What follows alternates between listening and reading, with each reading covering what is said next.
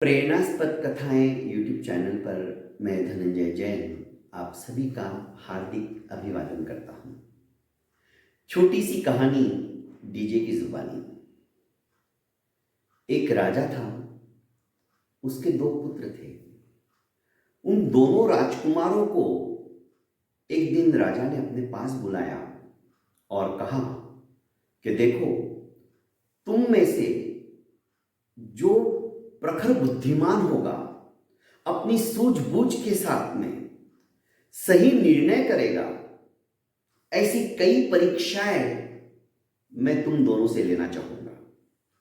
उसमें तीर चलाने का है, युद्ध कौशल है, न्याय का है, कई बातें हैं। अंतिम परीक्षा उनकी होने वाली थी और उस राजा ने कहा,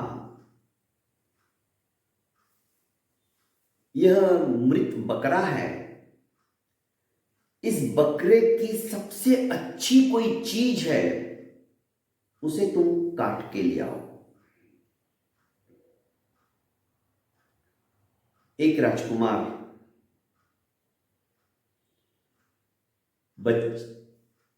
जो बकरे का बच्चा था, जो मृत था, मरा हुआ था, उसका हृदय लेके आता है काट के, और दूसरा राजकुमार उसकी जिह्वा काट के लेके आता है। हृदय काट के लाने वाले से पूछा जाता है तो राजकुमार कहता है कि हृदय प्रत्येक, चाहे इंसान हो या जानवर हो, जब तक उसका हृदय सही सलामत है, जिंदा है, तभी तक उसकी वैल्यू है। मरने के बाद में इस हृदय की कोई वैल्यू नहीं है। इसलिए सर्वश्रेष्ठ कोई चीज है, अच्छी कोई चीज है, तो हृदय ही है। जब दूसरे राजकुमार से पूछा गया कि तुम जिह्वा क्यों लाए, तुम्हें क्या लगा कि यह सर्वश्रेष्ठ चीज है, तो उस राजकुमार ने कहा कि पिताश्री, जिह्वा ही हमारी अच्छाई की द्योतक है। हम इसी के कारण से आदर और सम्मान प्राप्त करते हैं। हमारी जिह्वा अच्छी हुई, हमने बर्ताव अच्छा किया, हमने सामने वाले का कभी भी तिरस्कार करने वाली भाषा का उद्घोष इस जिह्वा से नहीं किया। सबका मन रखने के लिए, सबकी अच्छाइयां उसके अंदर बताते हुए यदि हमने उसके लिए अच्छे शब्दों का प्रयोग किया, तो वो व्यक्ति अजर और अमर बन जाता है, इसी जिह्वा के कारण से। घर और परिवार के अंदर, देश के अंदर यदि प्रत्येक व्यक्ति अच्छी भाषा बोलने लग जाए, तो शायद वो परिवार, वो देश अटूट रहेगा, उसे कोई तोड़ नहीं सकता। ठीक है, दोनों ने अपना अपना प्रस्ताव जो जो उनके मन में आया था अच्छाई बताने के बारे में बता दिया। राजा ने कहा कि अब एक काम करो, इसी मृत बकरे से उसकी सबसे गंदी चीज जो है इसकी, वो काट के ले आओ।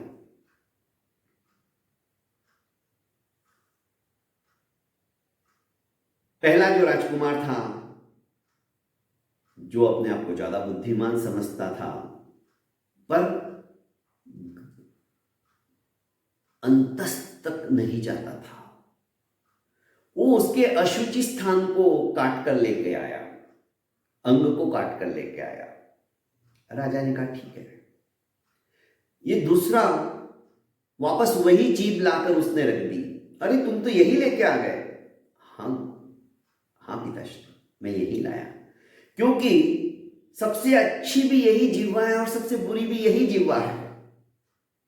ये बनते हुए काम भी बिगाड़ देती है। ये घर के अंदर दीवार पैदा करने वाली भी यही है। दो प्रेमियों के अंदर दरार डालने वाली भी यही है। देश के दो टुकड़े करने वाले भी यही है।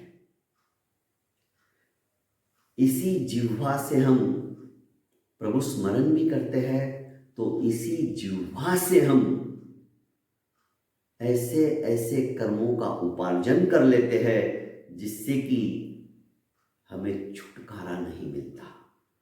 इसलिए सबसे अच्छी भी यही है और सबसे बुरी भी यही है। इसके ऊपर यदि हमने कंट्रोल करना सीख लिया, इसके ऊपर यदि हमने विजय प्राप्त कर ली, संसार में हम जीत जाएंगे। क्योंकि ये जो लाली बाई है ना, खाने के लिए बहुत कुछ अच्छा अच्छा मांगती है, पर जब बोलती है इतना मीठा, इतना अच्छा, इतना स्वादिष्ट खाने के बाद भी इससे कड़वाहट कैसे निकलती है। और यही कड़वाहट मतभेद के साथ साथ मनभेद भी कर देती है। इसीलिए पहले भी मैं यही लाया और अब भी मैं यही लाया। जिह्वा ही, हमारी जबान ही ऐसी है जो कि हमें हमारे परिवार के अंदर, हमारे समाज के अंदर, हमारे देश के अंदर प्रत्येक के हृदय में स्थान पैदा कर दे, ऐसा काम भी करती है यदि हमने अपनी इस वाणी से सबको अपनी ओर आकर्षित कर लिया तो, न्यायोचित बात करने लगे तो, सामने वाले को अच्छे अच्छे सुझाव देने लगे तो, निस्वार्थ भावना से उसकी उन्नति के लिए, उसकी अभ्युन्नति के लिए हमने उसको अच्छी सलाह देने शुरू कर दिया तो। पर यही जिह्वा यदि हम किसी के काम खींचने में लग गए, किसी की बुराई करने में लग गए, किसी को अपशब्द कहने में लग गए, तो यही जिह्वा हमें मार भी खिलाती है। ये तो अंदर चली जाती है पर ये बत्ती सी टूट जाती है इसके चक्कर में। कई बार ऐसा भी होता है। जिह्वा ही तो थी जिसने महाभारत खड़ा कर दिया। द्रौपदी ने क्या कहा था, अंधे के बेटे तो अंधे ही होते हैं।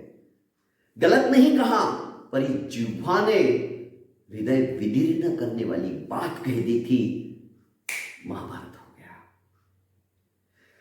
बहुत बहुत धन्यवाद दोस्तों। प्रेरणास्पद कथाएं यूट्यूब चैनल को आपने अभी तक लाइक एवं सब्सक्राइब नहीं किया तो कर लीजिए और ज़्यादा से ज़्यादा अपनों को शेयर कीजिए। प्रणाम।